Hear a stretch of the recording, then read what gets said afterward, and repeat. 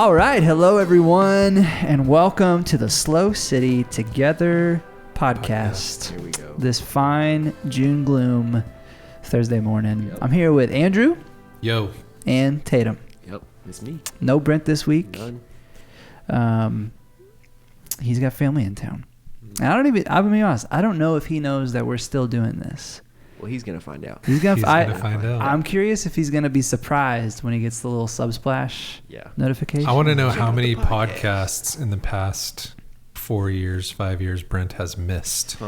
So, I mean, we did quite a few over the summer during his mini sabbatical. Okay. Right. So I think there was 4 or 5 there because we tried to have like all the staff on, especially because they hadn't been on before. So but yeah. Well, so this is a we handful. church, not a me church. That's exactly right. So. That's exactly right. And I hope he is. I hope it's a pleasant surprise. I bet it'll be a pleasant surprise for him. Oh, they did it, and here we are. So, how's it going, guys? It's going great. Yeah, it's awesome. Yeah. Give a little. I don't know, life update. What's new? What's something good? My best friend is coming into town today. Okay. So nice. He gets here at 11:59 p.m. So I will be up. Yeah. Yeah. Late night, Tatum. Late night, and I'm sure it's gonna get delayed. But he's coming in. He's coming into town. Where's he coming from?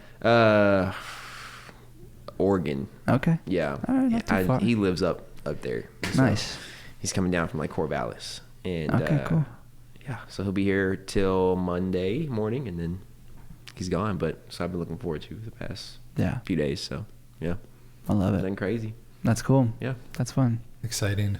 It'll be cool. My parents are coming this month, later this month. Oh, yeah. I'm Cool. excited about that.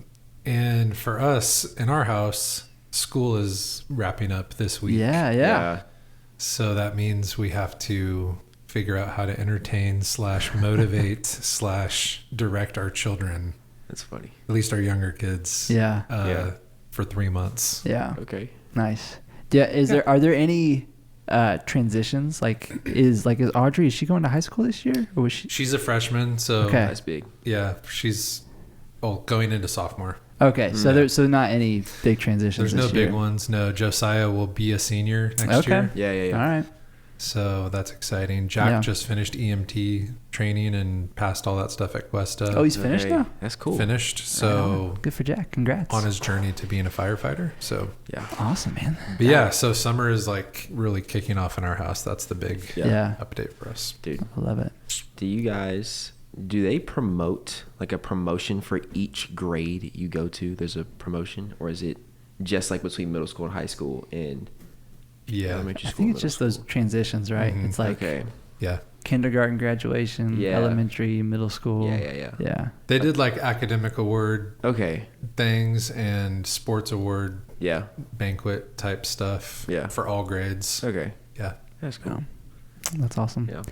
Can I share a quick little rant that I've been ranting about? Yes. I think you already heard some of it. This will be fresh for you, and I think you'll appreciate this. But this will be crazy. So Abby's in town. We got to see Leon Bridges last night at Vina Robles. Have you been up there yet? The amphitheater up in Paso. It's awesome. It's a really cool venue. It's very like kind of chill in how it's set up. I mean, it's like there's some seats towards the middle, and then the rest is just like kind of lawn, grass, general admission, typical deal. So we were in that area, and Leon Bridges is like, he's fun. He's got some like R&B kind of poppier, dancier kind of stuff. But so Abby and I were, we like him. We were into it, but everyone around us is just kind of like sitting and hanging and watching and stuff.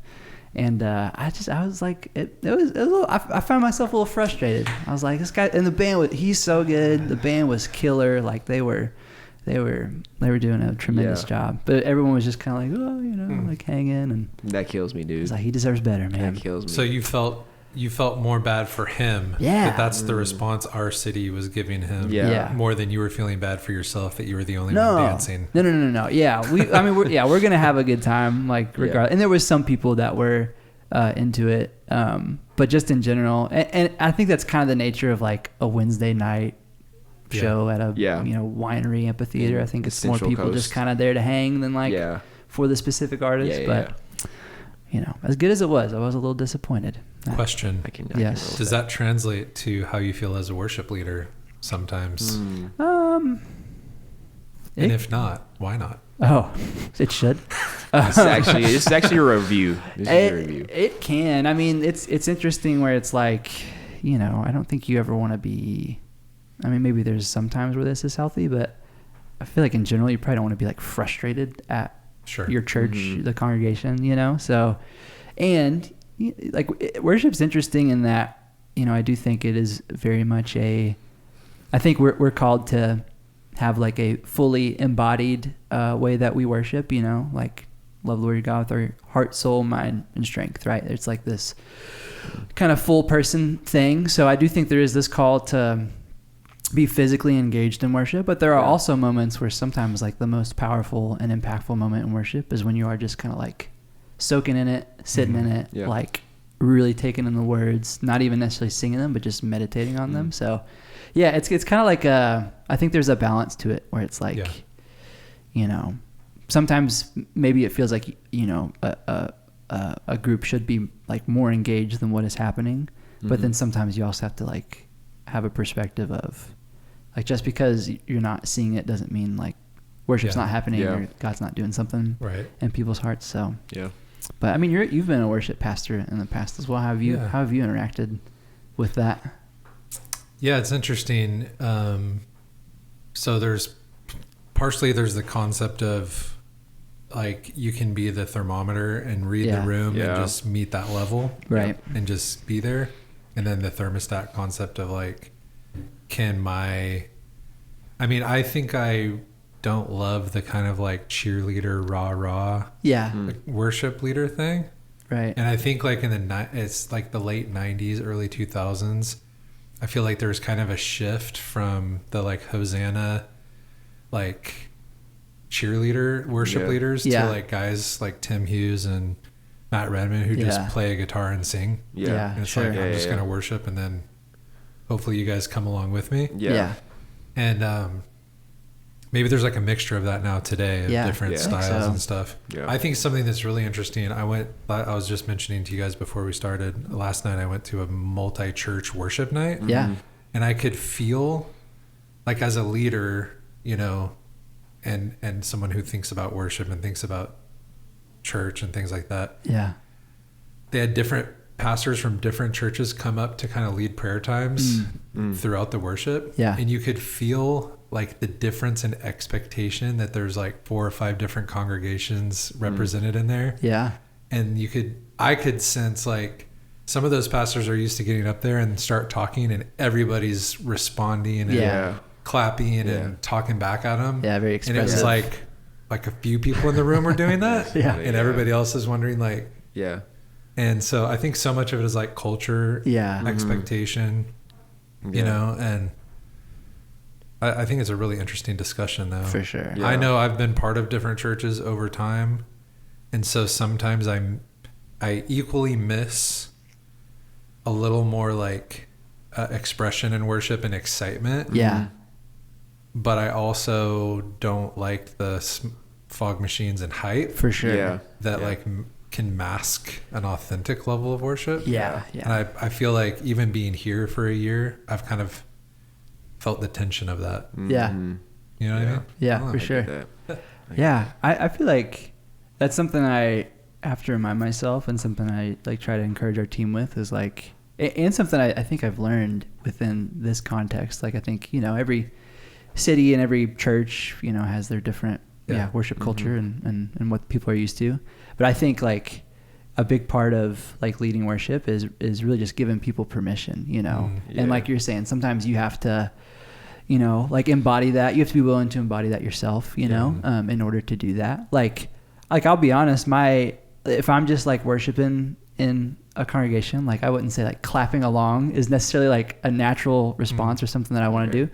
But that's like part of why we like would invite people to clap along. Like if there's a more upbeat celebratory song, is like, that's permission to like, hey, like you can be excited, you can engage in this. Like this is again, like an embodied thing that we do. So, but you also don't want to like force it or like shame people for not, you know. I mean, I've also had engaging experiences in it. where I was leading worship and said like, hey, let's have freedom this morning to just dance, you know, move around or whatever. Right. And then you start the song and no no one one does that at all. And it's For like, sure. okay, that's fine. Yeah, that's how it goes. Yeah. So, yeah, that's good.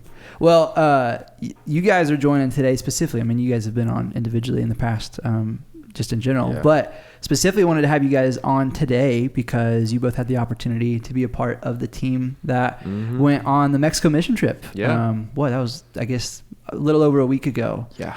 So you guys took a crew of how many people? Dude, 16 people 16. to including me and Andrew, 16 people. It was, I feel like it was like life transformational for a lot of people on that trip. And like it wasn't easy by any means, but it was just so good in every way. Yeah. Like we got down there and we didn't really like know kind of what to expect. Like when we showed up to the job site, like I knew they'd have the materials and like people showing us how to do things. Yeah. But we showed up that first day and it was just like 3 guys that were like 5 years younger than me, like 19, 20, 21. And they had been building houses in that community for like months, if not like a couple years, and they knew everything, but not really, they didn't really speak that much English. So like we're like doing broken Spanish and they're doing broken English, trying to show us how to frame a house, put the walls up, frame a roof, and we did like maybe 75% of the work day one. Yeah, like this is crazy, and it was just so much fun, man. Like I lost track of time. It was like 3 o'clock, 4 o'clock before I knew it, dude. Like it was just awesome. It was so good, man, to see God move in an area where there's like no water, no electricity, there's no gas, and these people live, and by a lot of means, sometimes they're happier than you, and it's just like they just have a lot of joy. I never once saw like the wife that we were helping or the husband that we were helping like frown or complain or be like, oh, this is great. Like it was just all like, where can I help? Where can I jump in at the whole time? Dude, it was great. Yeah. It was awesome. That's so cool. Yeah. And this, like, so for you, Tatum, you know, this is kind of the beginning of what will become like a pretty large portion of your role as a community pastor of like even if you're not like going and leading these trips, like at least organizing and connecting with like global partners and helping equip teams. That's the vision, man. So what was like, you know, this is a pretty cool, like this is like a groundbreaking kind of thing for that part of your role. Like what was like your expectation going into it? Like what did you expect? And I mean, you gave a little bit of like just the general experience, but were there things that didn't meet your expectations? Like maybe in a cool way, like, oh, I didn't expect that, and that was really cool. I didn't expect, the house to be like, not for us to get us done as fast, but like for us to be so not good at it, but like we were good at it, dude. Like I didn't expect our team. Yeah, we were really efficient at building this house. I didn't really expect that, and people were just on it, man, and it was so cool. Andrew was on it. Like I forgot that Andrew like redid all his houses until I saw him doing all this stuff. I'm like, dang, wait, Andrew, you can do that. But it was just really cool to like go through and see that.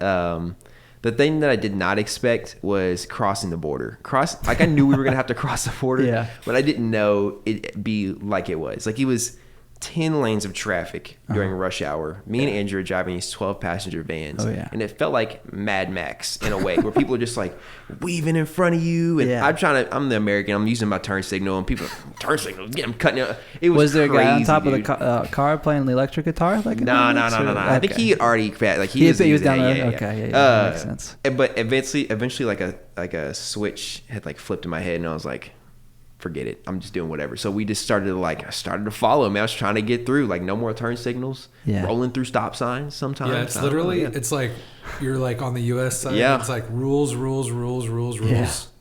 No rules. Man. It's apparent. Everybody just free for all. For yourself.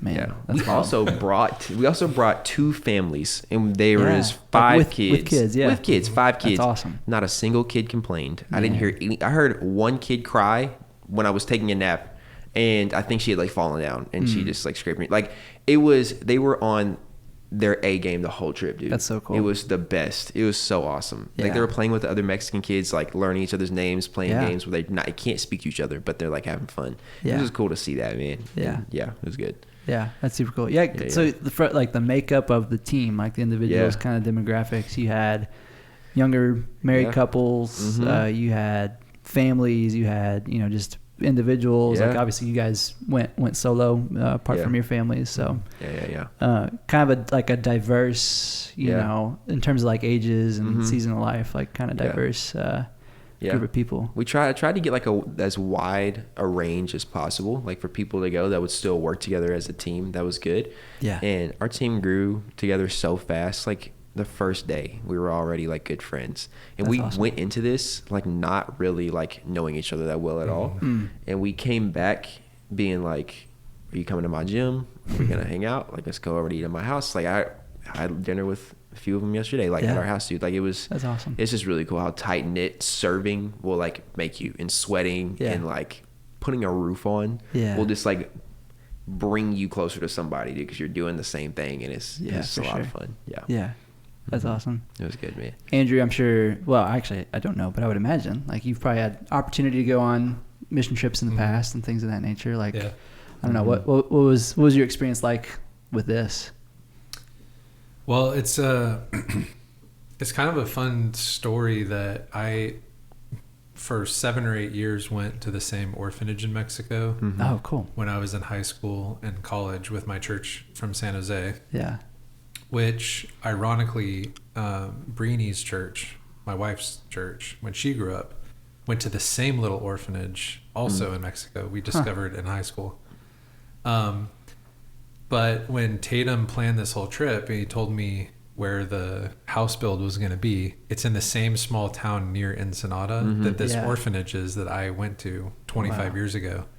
And so that was a big part of my motivation for going. Is I had gone to Mexico for all those years in a row and loved it. And this is like a chance to kind of go back again. By the way, I just realized when you were talking about the team that I was like the old guy on the team. I was going to say gray hair. I was going to say, you have some elderly gentlemen on the trip. Next time we need to bring some older couples, you know. I'm only 45. Yeah, I know. You're not and old. It's safe for all the older couples that are listening. It is safe, and you'll be okay. It was fine. Yeah. But yeah, so for me, it felt like a really cool going back to this same little town, Manadero, that I had amazing formative experiences, you know, serving in Mexico, and kind of got to go back in a different context with a different group of people. Yeah. And so it was very like moving for me personally, just to revisit that, experience that again. Yeah, for sure. It was awesome. It's very cool. Tatum and I have been working on a video kind of highlighting a few basically like stories, testimonies of this trip. And I forget if it was, it'll be in the video, but I forget if it was Jewel or Jillian. I think it was Jewel, right? Who was like, I grew up going to Mexico and was like praying for an opportunity to go with my family. And that was Jillian was the one that was praying for. They were both praying for opportunities. Maybe I'm mixing my two here. Maybe. But I don't know where I was going with that, but that's what you're saying reminded me. Going back again after all those years. Yeah. And like the way you view the whole trip, the way you view the people, the city, like the city itself, the culture is very different when you're like 17. Oh, sure. Yeah. You know, I get that. Versus being an adult. Yeah. So it was very powerful. What would you say are like some of those differences? Like how did your perspective change over the years? I think when I was younger, Mexico trip felt like the big fun youth trip. And we happened to be like helping these people.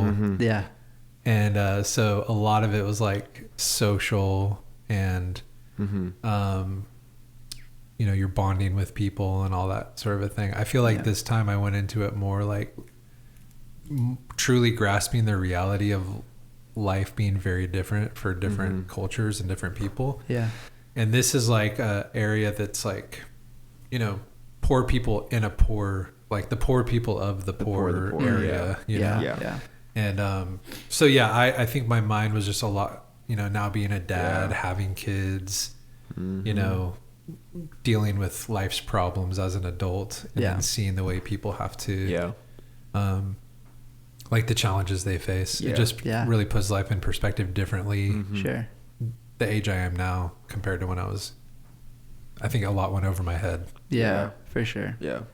Yeah, I think that's like a really, special opportunity about doing like an international mission trip. I mean, I know it's the same continent, but different country and vastly different culture, is like, yeah, you do just get opportunity to like experience life. And like what you're saying to begin with, it's like you sometimes, depending on where you go, you see people with significantly less who, might be more joyful than you are, like, not that, you wouldn't say you want to like, like willingly step into like poverty or whatever it is, right? Like you should be grateful for what you have, but just to see like, how sometimes like the things that we have, like especially the material possessions, like can actually like hinder us from, experiencing life and joy. You know what I mean? Yesterday I finished The Ruthless Elimination of Hurry, John Mark Comer, for the first time, and that's all, like, it's the main thing he talked about was like we should not be romanticizing poverty at all, right? Yeah, but the material things that we have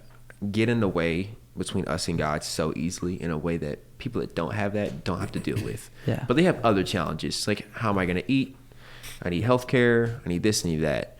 But there isn't that like materialism, consumerism aspect of kind of like our Western world, that they don't have to deal with that. And so like, kind of like you run into those people that are just like, oh, let's have a lot of joy. And because this is what life is, that's just what life is like for them. Right. Like we go down there, the kids, all of them were so happy because it's all they know is that life, which is like, it's honestly like, it was good. Like nobody was like upset. They were all happy and they were all fine. They didn't have to deal with like all the stuff that our kids have to deal with and like all that. And yeah, man, like it's really is something to say about how much our society pushes like this narrative, like you need to have more to be more happy. And you go somewhere else and it's like they have so much less. Why are you happier than me? You know what I mean? Like why are you closer to God than me? Like I can feel it when I get close to you. Like what do you know that I don't know? Nah, man, it's huge. It's big. Well, that kind of makes me think like there's obviously this like very tangible, like you're meeting the need of a family. You're helping build a home and help improve their like living conditions essentially. What was like, I don't know, what was kind of the spiritual side of that? Like was there, I don't know, I mean maybe they were already believers or I don't know, was there any like kind of cool conversations or anything like kind of in that regard? I will shout out, off the top of my head, I'll shout out Marcos and Myra. Both of them speak Spanish. They're one of the young couples that we took on the trip. Killed it, dude. They killed it. Like very personal, very engaging, always starting a conversation, and got to talk about like spiritual things and God with them. I heard a lot of that more on their side because they were just like speaking Spanish a lot. But we did times where like we would go to the orphanage and like Scott Gray would like hand out Bibles in Spanish. Or like if we could talk to somebody in English, we kind of like veer the conversation, like, so like you go up going to church or something like that. And I think the biggest part though was the last day. We had like a local pastor come up and like dedicate the house. And I actually thought it was kind of funny because he pulled up, he's wearing a Bass Pro Shops hat. You know how like you the trendy pastor at the Bass Pro Shop and like the ones, he had like Jordans on and a Bass Pro Shop hat. And I was like, this is kind of funny, dude. I think it's like universal. And it's the uniform. Dude, he like didn't speak any English, but like we all got to say like a blessing or something to the family before like we laid hands on the house and prayed for it. And he would like translate it into Spanish and he gave like a little like mini sermon for like 5-10 minutes. And it was just, people were crying, man. It was beautiful. It was really cool. And so Baja Bound they do a great job with that ceremony. What they do is they lock the door. The family's obviously already they've been helping build it, but sort of ceremoniously the door is locked and they pass the keys around to everybody on the missions team. And when you're holding the keys, you get to just be a blessing over the family, right? And then when it gets to the family, the keys get to the family, they speak to the whole group. Then they turn around and unlock their door kind of for the first time and go in as a family and close the door. And the rest of us are outside. Can we go in? And then Tatum went up. We gave him like a minute or two to just absorb the moment in their house. And then Tatum goes and knocks on the door. And the family opens the door and like welcomes us in as their first guests in their home. That's cool. Which it was like a little bit of play acting and ceremony, but it just was very moving. It was really awesome. And the dad, he was just really smiling and funny and helping the whole time. But when it got to that moment where he was sharing, he immediately got choked up just thanking us. And I think I mean, I like kind of like could barely hold it together, and I looked around. I think everybody was crying. There was like 20 people standing there just like crying. Yeah. It was very powerful. And we didn't know what he was saying. He was speaking in Spanish. And we were all crying, dude. Yeah. Yeah. You just catch the like sentiment and the tone. Catch it. And there's like a translator, but yeah. Oh, yeah. That makes sense too. Yeah, dude, that was a good moment. I think one of the parts that stood out to me in that moment was like when we handed them the keys, I handed her the keys and she went to like put them in the lock. They didn't know how to use the keys really. Like it's the first time they'd had keys. Wow. To like unlock the house because they never had lived in an area. Yeah, they had to help her. Like, had to help her figure out how to do that. Could you imagine not looking at a set of keys and be like, "What do I do with this?" Yeah. You know what I mean? Sure. It was crazy, man. But it was so moving. It was so cool to see them like so happy. And they had like they had a son. His name was Ethan. He's 1 year old. Yeah. He I remember the last time I saw him, he was like smiling and like laughing. And now he has like a place to go play that's like safe and inside and stuff. And, Yeah, I think that's like a big thing. Probably that I think most people would take for granted. I know I do. Is like just like the security of a home. You know, like you're saying. Like imagine, especially with a family, like a young son. You know, like having having an area that like you were not used to having security and you know just a seal on your perimeter and home and their current home that they lived in was on the same little property. Yeah. So we were looking at it the whole time, and it was just a couple of pieces of plywood and a couple pieces of like corrugated steel. Yeah. And a blue tarp and a brown tarp. Yeah. Kind of like crisscrossed over the top of it, and that's where they've been living. That's wild. So big upgrade for them. Huge upgrade. And the wife had like made it her own though. Like she had put like a garden in the front and like hung flowers everywhere and done all this stuff. Even though it was like really, really like low level poverty, she still had like nice flowers on the outside and like was growing their own like food in some senses, which is I thought was just like spoke to her intentionality and care. Yeah. So all right, last question I'll ask about this for each of you, and this is a little more like kind of personal reflection, I guess. Like what do you feel like, you know, like what do you feel like God did in your heart, in your life, like from being a part of this? Or like what's something you're kind of walking away, taking away? I know it might be a little repetitive. We've talked about like some perspective stuff, but just gonna throw that out there. I can go first. Yeah, you go first, man. Yeah. The thing that just immediately jumps out to me is actually related to the team that we went with. Yeah. And I just think, like, I've been serving here for a year, connecting slowly with people, but those opportunities to have a shared experience with other people, like, it's like it just connects you so much quicker. And so I think the most impactful thing that God kind of spoke to me is like investing a few days with someone and having some shared experience and asking questions and really going deeper with a group of people is so needed. Like it felt so refreshing to get out of the daily just like work grind and spend time with people. And we weren't on our phones, and we weren't like it was like everything we did was working together or eating meals together or visiting an old folks home together or riding in the van together. Eric he sat next to me the whole drive down and the whole drive back. Nice. And now I feel like I've got a relationship with him. You know? Right. Yeah. And so that really was impactful for me. Just like, man, I feel like there's a hunger in me for a relationship and in everybody for deeper relationships. Yeah.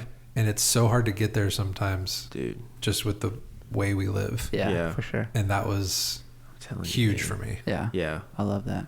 Yeah. When you kind of, let's speak to that. When you kind of like put people together in the fire per se, dude, it just like bonds you like immediately. Cause like it's so communal down there. It's just like, it's so easy to just be like, dude, like we're not on our phones. Yeah. We're working on this house together. We're eating together. Like let's actually become friends. And like this is. No, that's true. And when federales pull you over when you're trying to get back into the United States because you're cutting in line. Yeah. That really bonds you. It really does, dude. That was crazy. Yeah. It's like trauma bonding. Yeah. It's shared suffering and shared purpose. It's good. It's good. Yeah. What about for you? Yeah. We think, what's something God did? I would say, your heart through it. Like I've been on mission trips before, like Andrew. And like whenever I go, I've never been to one like to this extent. It's like love God with all your heart, mind, and soul, and love your neighbor as yourself really came to life for me and continues to come to life for me. Like I hear that and I believe it. And then when you go down to Mexico and you build a house from scratch and like you eat the food that they make for you that was probably really expensive for them to make, and you're spending time with people and you're talking to people and you're learning stories, like that aspect of like connecting with people, I know that God was like working on my heart and teaching me like that's also what bleeds into like the vertical relationship between me and him. Yeah. Like it just made it really concrete to me that you cannot separate those two at all. Like when you help other people and you're talking about God and like you're serving and working with people, it is only going to strengthen your relationship with Jesus. Yeah. And vice versa. Like your strengthened relationship with Jesus should push you to like go help others. And it just opened my eyes, man. Like I remember multiple times I was sitting on that roof, me and Marcos, dude, like sitting on that roof, and I would take a break because it was really hot, and I'd be looking at the mountains, and I was like, dude, we have it very, very well, like where we live. And but also like God is down here and he's moving and he's doing a lot down here, and he's using us. He's choosing to use us to like help usher in the kingdom. Like, and we are just open to that, and we're going to say yes and go. Like, love God and love your neighbor. You cannot separate those. So yeah, man. That's awesome. Well, guys, thanks so much for coming on and sharing their perspective. And if you're listening, I'm sure you're like me, you're probably feeling like, man, I want to be a part of something like this in the future. And I'm sure there's opportunities for that coming up, even if they're not like concrete in the moment, but just kind of stay posted. And can I give a little update? Yeah, go for it. Yeah, I think we understand the process, and like we understand like how to do it, and like how many people would probably be good for each house build. Like for next year, I think we want to plan to do this next year. Yeah, take like a bigger team. Nice. We do 2 different builds maybe, and like just expand that way. Yeah, man. So if you guys want to go to Mexico, let me know, and we'll go from there. But awesome. Yeah, sweet. Couple things coming up for the listeners, for the viewers. Speaking of serving, we got a serve day on Saturday. We do have a serve day on Saturday. Ocean Beach cleanup at Avila, right? Yep. What's the info for that? Where are you meeting? What time? Right, so we are meeting at the Central Coast Aquarium. 9 a.m. is check-in.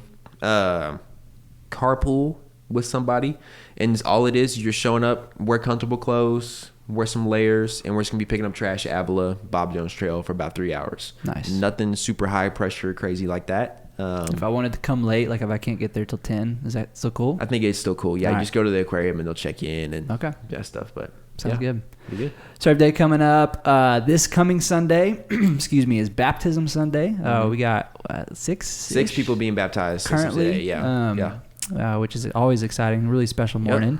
It's also Graduate Recognition Sunday. So if you are a high school or a college graduate, we've got a gift for you. But we also want to recognize you, bless you, pray for you and with you as you're stepping into a new season of life. Next Sunday is Father's Day. If you're a father, similarly, we want to give you a gift, celebrate you.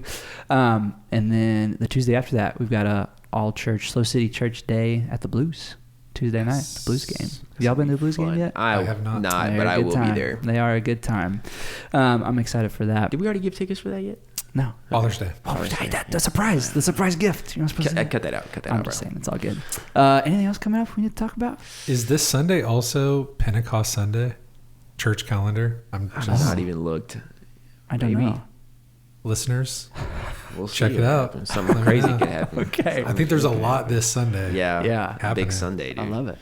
Yeah. It's gonna be a great Sunday. We're here. We're at the Broad Street location. 8 a.m., 9:15, 10:45, and 6 p.m. And it's gonna be great. Thanks so much for joining us today, Andrew, Tatum.